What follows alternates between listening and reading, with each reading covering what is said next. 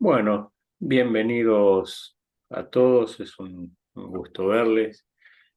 Vamos a estar compartiendo juntos las próximas semanas y la idea es hablar en esta clase, esta materia de introducción a la antropología cultural. Ustedes habrán visto ya el sílabus, espero que hayan visto por lo menos por arriba, pero que hayan visto la clase, el primer video. Y la idea es que yo no les repita aquí la clase que ustedes van a ver en el video, sino básicamente hablar de las dudas, inquietudes, preguntas, cosas que le llamaron la atención o de las lecturas o del video y dialogar un poco en términos generales sobre cada una de las materias. Déjenme decirle que si ustedes ven el sílabus, ustedes van a ver que su nota, vamos a lo importante, se compone de varias cosas. Ustedes van a tener que hacer todas las semanas un quiz, un cuestionario bastante simple de verdadero o falso, que eso va a representar un 10% de la nota, básicamente. Luego van a tener que hacer todas las semanas durante 7 semanas un informe de lectura, ¿sí? Aparte del video, ustedes van a tener material de lectura. El informe de lectura no es que ustedes me tienen que escribir 15 páginas, ni mucho menos. Simplemente es media carilla que diga, leí tal texto, esto es lo que me llamó la atención, esto es lo que me gustó, esto es lo que no me gustó, esto es lo que estoy de acuerdo o no estoy de acuerdo, ¿sí? Es básicamente para saber que lo leyeron y alguna impresión muy general de la lectura. Va a haber cada semana foros de discusión. Ustedes van a ver que para cada semana hay una pregunta que yo planteo y espero que cada uno de ustedes pueda interactuar y no hay opiniones buenas o malas, sino que son todas opiniones personales, obviamente. Y ahí vamos a hablar de los temas que surjan, ¿sí? A partir de esa pregunta. Eso va a representar los foros un 32% de su nota, pero lo más importante es que ustedes van a tener que presentarme un trabajo final. Ese trabajo final es el 30% de su nota, quiere decir que van a tener que esmerarse. Como dice el sílabus, es un trabajo escrito donde ustedes me van a decir qué es lo más importante, lo que ustedes más destacan de todas las clases que tuvieron, de los temas que hemos visto y fundamentalmente cómo piensan que esta materia les puede ayudar en su ministerio, ¿sí? Para que al finalizar de la clase ustedes piensan o interpretan o entienden que la materia los va a ayudar a desarrollar su servicio. ¿Quedó claro esto más o menos? En la medida que ustedes vayan viendo el sílabus, obviamente cualquier consulta por WhatsApp o por mail lo vamos viendo, pero como ustedes se dan cuenta, si bien no es intensivo, pero sí les va, cada unidad por lo menos le van a tener que dedicar 2 o 3 horas por semana para ver la clase, quizá un poco más para hacer la lectura y para responder el quiz, el foro y el resumen de lectura. ¿Alguna pregunta hasta aquí? Si no, avanzo. Sí, ¿Dudas? doctor. Sí, escucho. Perdón, entonces, el, el summary o lo que tenemos que escribir Sí, el semanalmente. ensayo semanalmente es de, ustedes van a encontrar en cada unidad el video y van a encontrar material de lectura, ¿sí? Ajá, ok, Lo sí. que ustedes tienen que hacer es leer y en media carilla, media página, Ok, comentarme qué es lo que les pareció la lectura. ¿Les gustó, no les gustó? ¿Es una porquería? ¿Les pareció fantástico? ¿Esto les ayuda para tal o cual cosa? Es simplemente una opinión de la lectura primero para que yo me entere que la leyeron, ¿sí? ujú, Y lo segundo para conocer qué les pareció esa lectura. Tengan en cuenta, y ahora vamos a dar un par de pistas básicas, cuando hablamos de antropología, si bien no es el estudio exegético del libro de Romanos, pero tiene mucho que ver con la Biblia. De hecho, Dios es un Dios que a lo largo de la historia ha respetado nuestras culturas y se acercó a nosotros a través de cada una de nuestras culturas.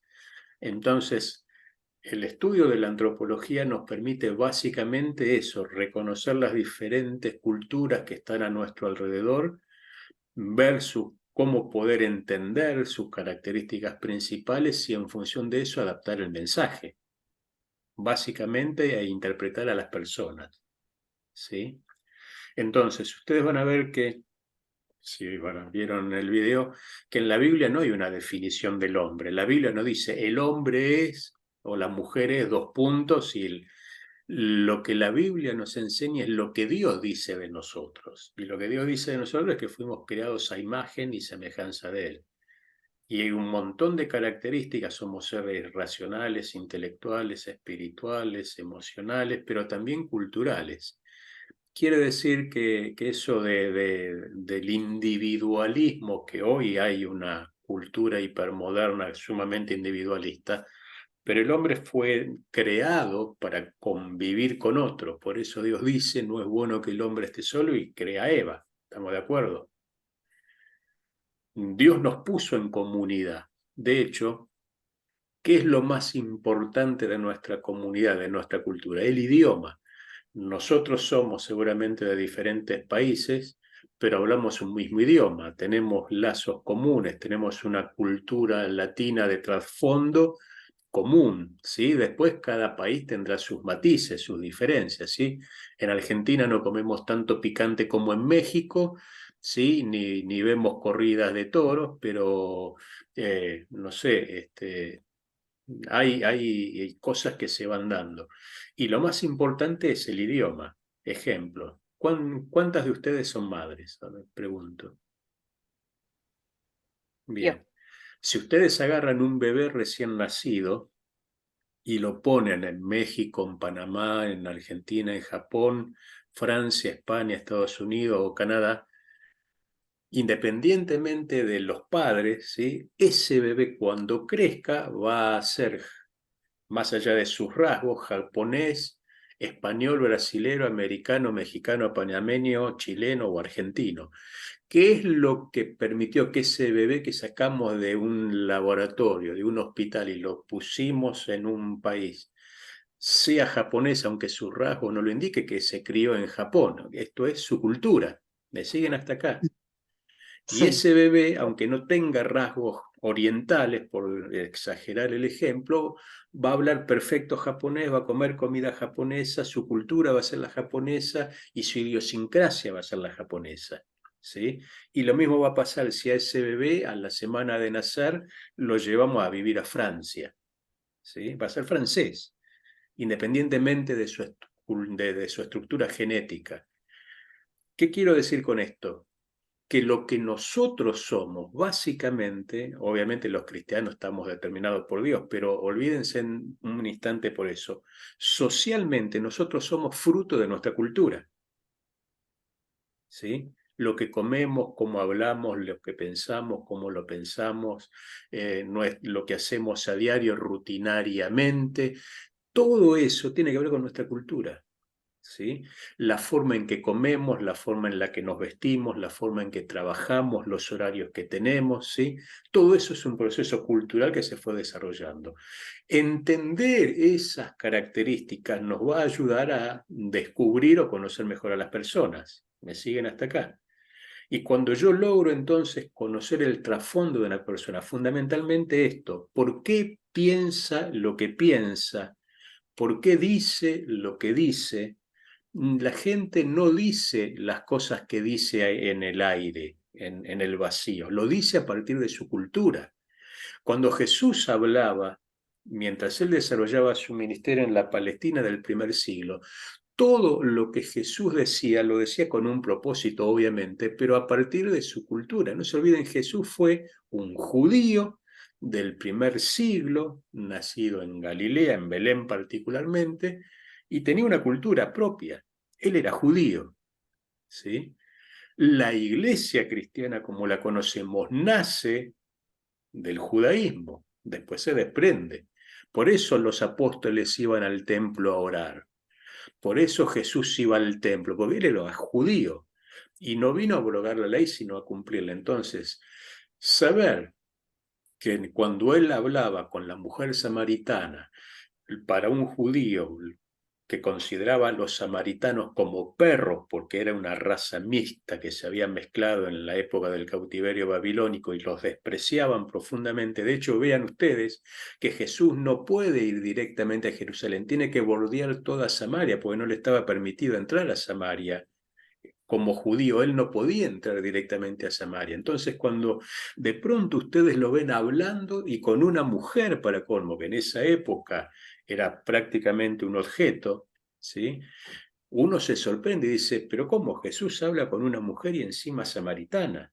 Los leprosos tenían que vivir en ciudades aparte, decía la ley de Moisés, y tenían que usar campanas, campanita diríamos nosotros, alrededor del cuello o atadas a la cintura para que cuando caminaren la gente escuchara el ruido y sepa, ahí viene un leproso y se alejara.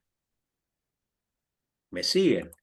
Y de pronto ustedes van a ver a Jesús yendo donde estaban los judíos y sanando a 10 leprosos de golpe. O sea, es un choque cultural abismal para la época de Jesús. Sanar un sábado. La Torá solamente permitía auxiliar a alguien que se estaba muriendo, pero si no era que corría riesgo de vida, el sábado, el Shabbat es Shabbat. Por eso se arma el lío que se arma, el revolú que se arma, como dicen los puertorriqueños, cuando sana al hombre de la mano seca en la sinagoga un sábado, porque eso no era un tema de peligro de vida. Entonces, ustedes van a ver que Jesús convivió con un montón de subculturas como lo hacemos nosotros.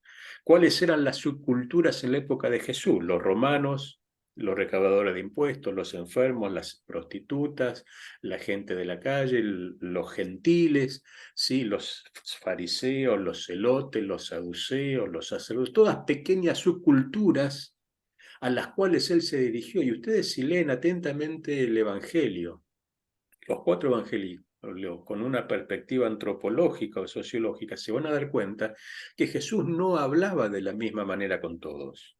Con los pescadores hablaba de pesca, con los agricultores hablaba de agricultura y les dio la parábola del sembrador. Con los romanos hablaba de autoridad, como cuando habló con Pilatos, ¿sí? Con los sacerdotes, con los fariseos y con los escribas hablaba de la ley y con reproche. De hecho, son a los que más les pega Jesús, por decirlo de alguna manera. Con los enfermos hablaba particularmente un lenguaje que ellos podían entender y de acuerdo a la necesidad de cada uno de ellos. Por eso les decía, ¿qué querés que te haga? Porque capaz que el ciego no quería ser sanado, quería otra cosa.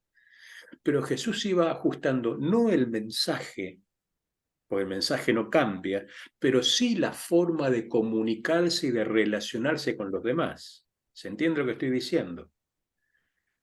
Nosotros tendemos a poner todo en un mismo plano. Entonces, si en una iglesia hispana de los Estados Unidos, donde hay dominicanos, salvadoreños, mexicanos, panameños, uruguayos, no sé, mexicanos, cubanos, puertorriqueños, pensamos que todos somos iguales y no somos todos iguales. Entonces, no conocer las culturas que están conviviendo dentro de una congregación no nos permite conocer adecuadamente a las personas y mucho menos entonces tener un mensaje adecuado para ellos. Por eso ustedes van a ver en el videíto un dibujito que dice Evangelio, ¿sí?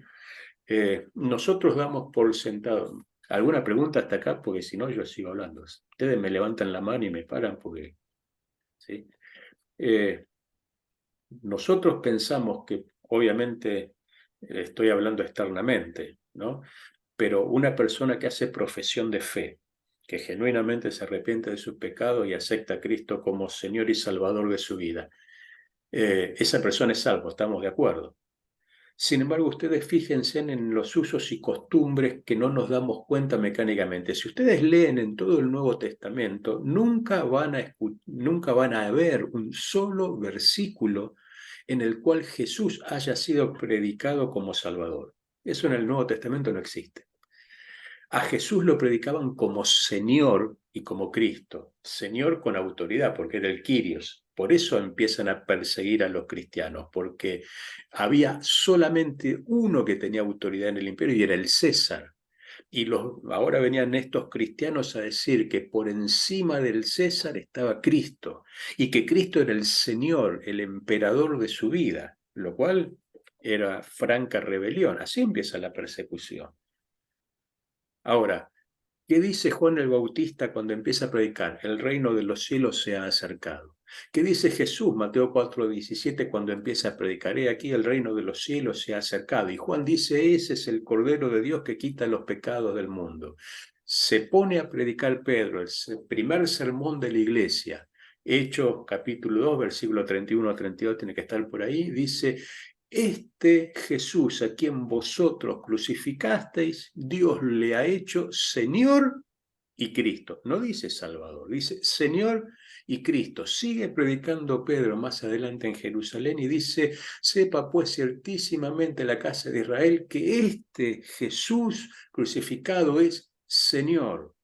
Pablo, Romano, que esto lo repetimos siempre en una profesión de fe, si confesares con tu boca y creyeres en tu corazón que Jesús es el Señor, dice el pasaje, no dice Salvador. Entonces, este detalle que parece menor encerraba todo un complejo sistema cultural que la gente sabía lo que significaba ser señor de alguien, porque no se olviden que aparte había esclavitud. Entonces, si yo digo que Jesús es mi Señor, es mi dueño, estoy diciendo que Jesús con mi vida puede hacer lo que Él quiera. ¿Se entiende? Por eso yo podía entregar mi vida, mis bienes, mis posesiones y todo lo que tenía, porque había alguien que estaba por encima mío y hacía que yo ya no gobierne mi vida, sino que la gobernaba Él. Cuando yo digo que Jesús es mi Salvador simplemente, es cierto, Él me salvó, pero yo sigo manteniendo el control de mi vida. Ya no decide Él, sigo decidiendo yo. Entonces, una sutileza en la palabra y en el uso de la palabra y en el contexto cultural que se da a la palabra significa un gran cambio. Por eso ustedes van a ver que lo primero que hace el Evangelio es cambiar nuestro comportamiento. El que bebía o era alcohólico ya no toma más. El que le pegaba a su esposa o era agresivo o era infiel ya no es más infiel. El que no trabajaba o lo que sea, cada uno de nosotros tuvo, yo nací en un hogar de 3 generaciones de espiritistas. De allí Dios me sacó, ¿sí? Pero esa es la primera capa, es el comportamiento. Después, hablando en el lenguaje antropológico, Dios tiene que cambiar mi costumbre. Mi abuelo era alcohólico, mi papá era alcohólico, yo soy alcohólico. Mi papá se separó, mi abuelo se separó, yo me termino separando. ¿Sí? Hay costumbres aprendidas inconscientemente en mi hogar que yo tengo que dejar que el Espíritu Santo vaya cambiando. ¿Me siguen hasta acá? Hasta que finalmente cambia lo más profundo de nuestro ser, que es nuestra cosmovisión. Ya no veo yo el mundo como Pablo Marsili, ahora veo el mundo como Cristo lo vería a través de mí. Ese proceso lleva años. Por eso hay tantos cristianos carnales, como les decimos nosotros. Por eso hay tantos cristianos que regodean o que van y vienen del pecado, porque no han permitido que el Espíritu Santo llegue a cambiar o transformar su cosmovisión de vida. Y esto es lo que Jesús le dijo a la iglesia que tenía que hacer, no hacer creyentes, porque creyentes, a ver, la Biblia es clara, dice, hasta Satanás y los demonios creen y tiemblan. ¿Sí? Dios no nos llamó a ser creyentes, nos llamó a ser discípulos. Y un discípulo es alguien que hace exactamente lo que haría su maestro, en el contexto nuevo testamentario. Ahora, fíjense en cómo la gente reconocía a Jesús, porque había muchos fariseos famosos en la época de Jesús. De hecho, la Biblia menciona algunos, Gamaliel, sí, estaba Nicodemo, estaba Caifás, que era el sumo sacerdote, obviamente, pero la gente no seguía a Nicodemo, la gente seguía a Jesús. La gente no iba detrás de Caifás, la gente iba detrás de Jesús.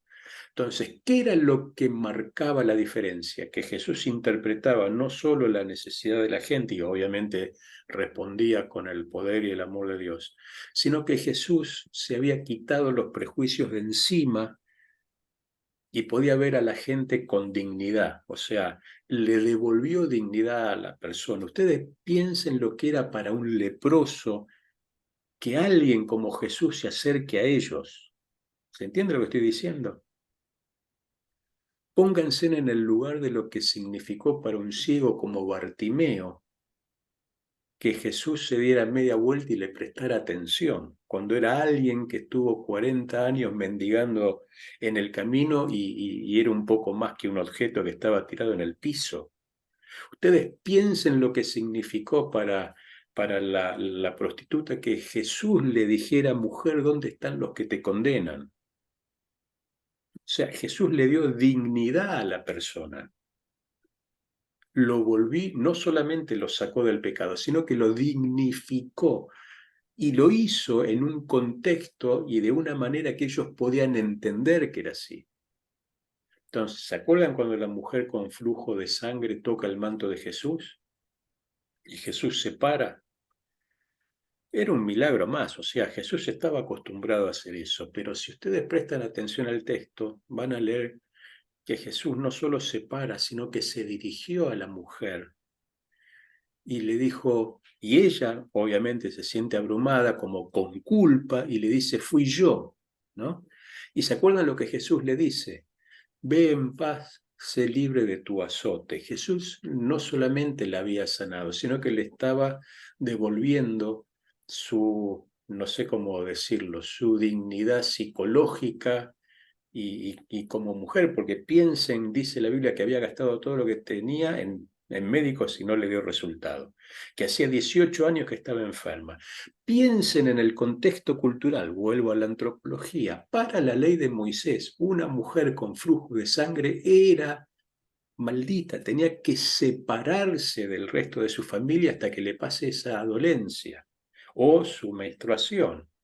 Era inmunda, se consideraba así para la ley, no podía convivirse y comer con sus hijos en la misma mesa hasta que ese episodio cesara y fuera al templo y se purificara. Piensa en una mujer viviendo así 18 años. No era que la sanó de flujo de sangre solamente. Esa mujer era una paria social que ni siquiera podía tener para la ley de Moisés contacto con sus hijos. Cuando nosotros nos damos cuenta entonces de las implicancias culturales de lo que Jesús hizo, es mucho más que un milagro. ¿Se entiende lo que estoy diciendo? Sí. Bueno, de eso vamos a tratar a lo largo de esta materia. Y tengan en cuenta que la base de todo esto entonces es el respeto del otro, porque no hay culturas ni buenas ni malas, mejores o peores, superiores o inferiores, aunque así nace la antropología, van a ver ustedes, sino que Dios respeta nuestra individualidad y Dios respeta nuestra cultura.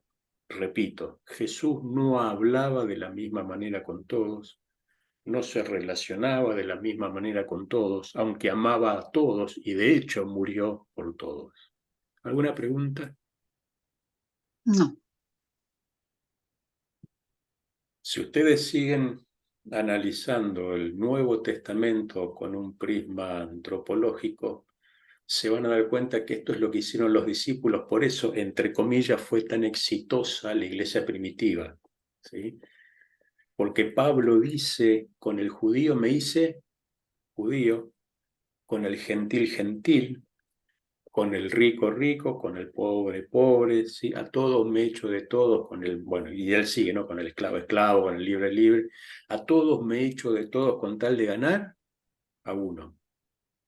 Quiere decir, y si ustedes ven el ministerio de Pablo particularmente, van a ver que llega a Corintios y dice el libro de los Hechos con demostración de espíritu y de poder. Pero en Atenas no va con demostración de espíritu y de poder haciendo milagro por todos lados.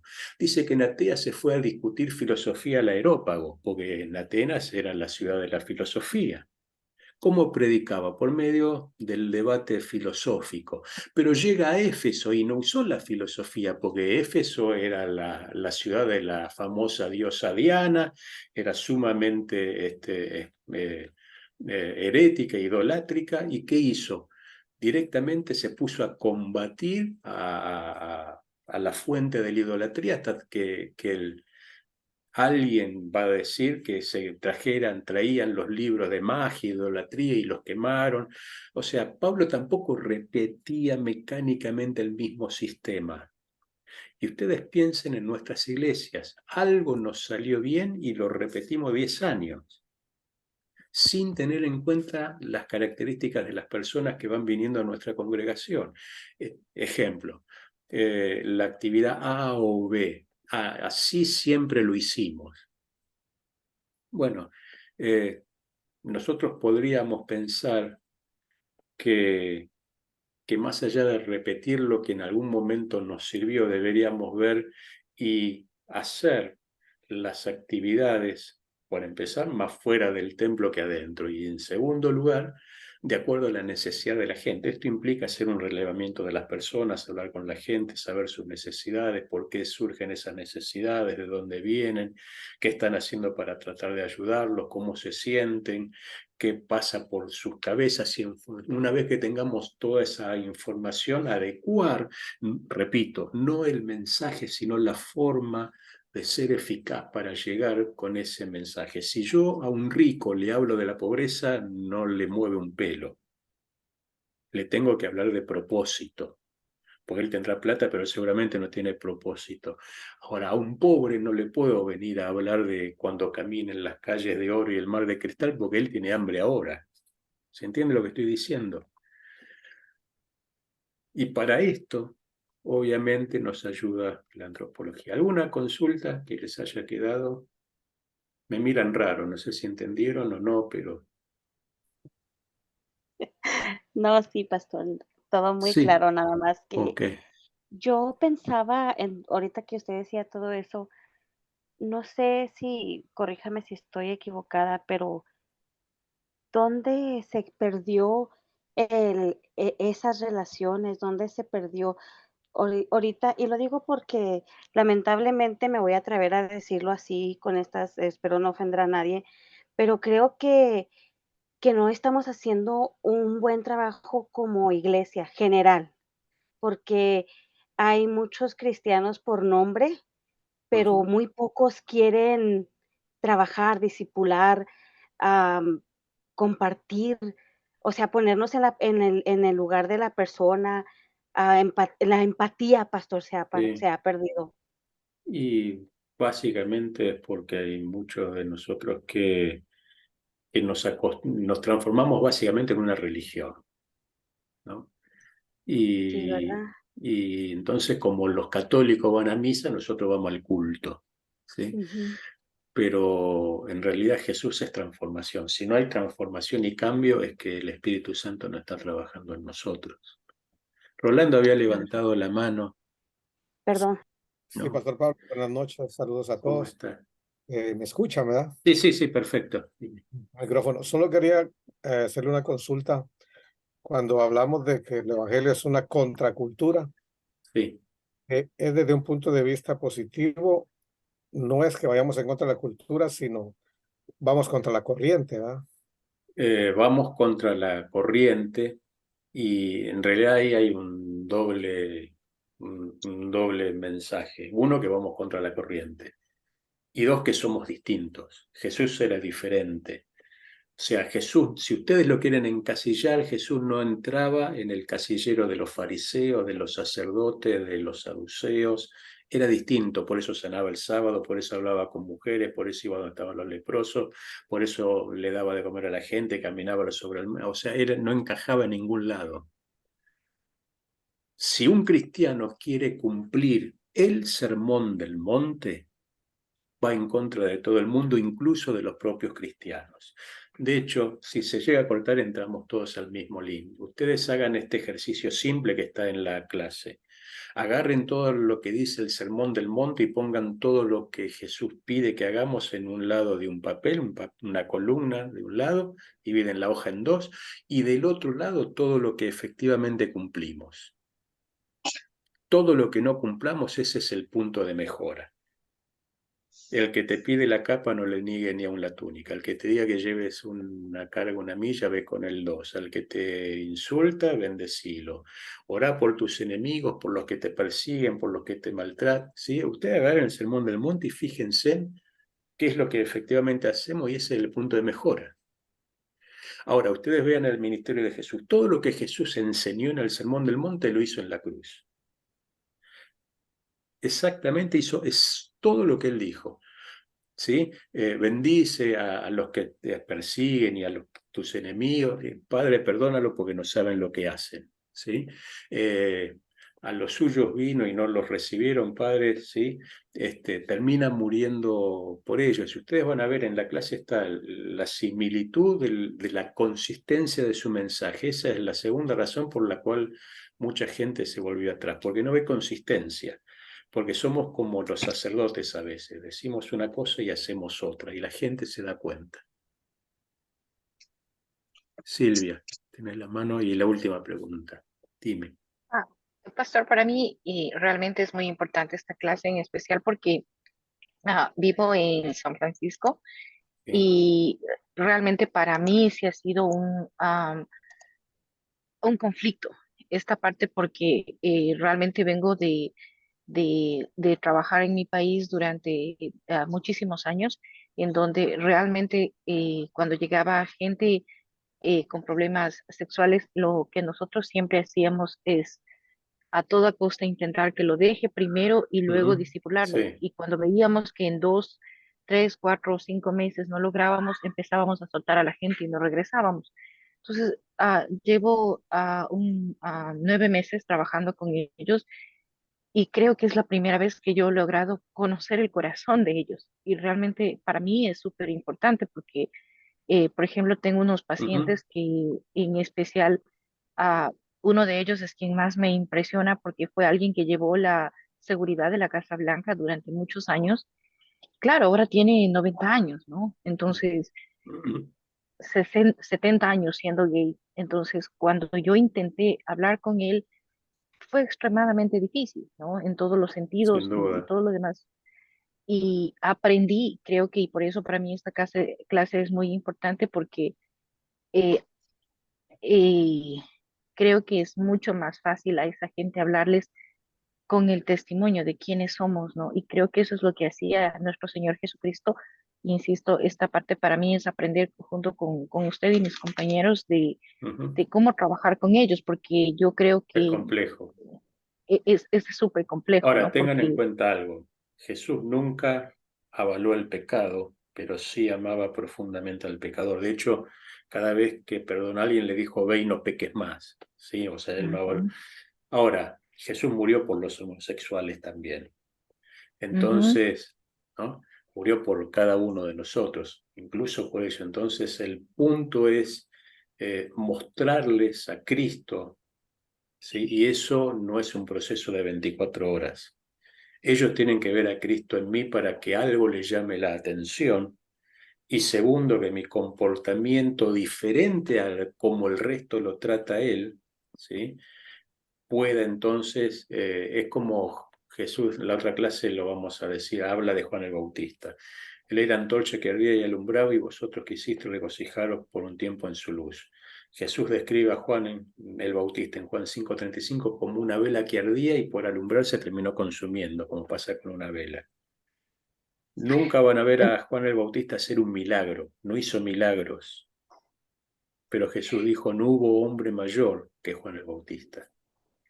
entonces Después mi lo veremos. pregunta era, perdón, pastor, era Sí. solamente, yo he visto que en este tiempo de caminar con ellos, claro, ellos tienen una preferencia de que yo pueda estar con ellos porque dicen, es que tú trabajas distinto, es que tú es distinto. Entonces alguien alguna vez me preguntó, ¿y por qué tú eres distinta? ¿Por qué tú haces distinto el no? Entonces yo les explicaba porque tengo a Dios en mi corazón y eso es y me ha servido mucho, pero mi punto es, a ver, hasta dónde caminas con ellos, porque claro, la mayoría de ellos, Sí, sí. lamentablemente, cuando son gays y lesbianas, se Sí. quedan solos en la vejez.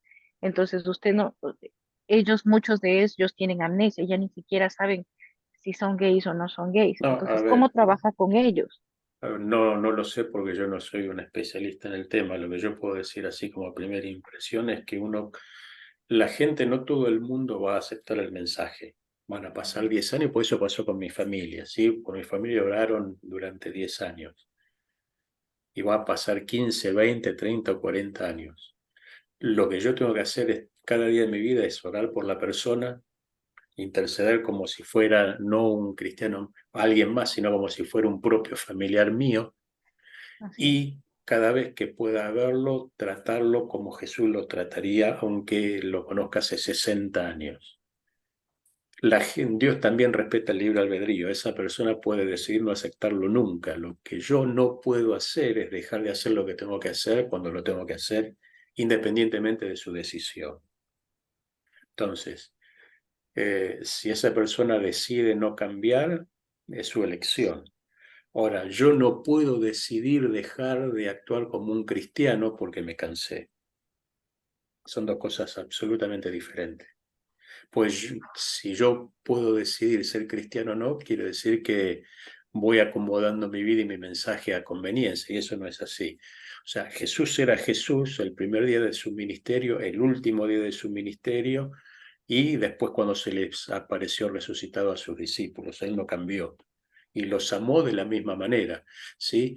El mismo Pedro que le dice, tú eres el Hijo de Dios, es el que le dice, no vayas a Jerusalén. Y el mismo día que Jesús le dice, sobre esta roca edificaré mi iglesia, después le dice, apártate de mí, Satanás. O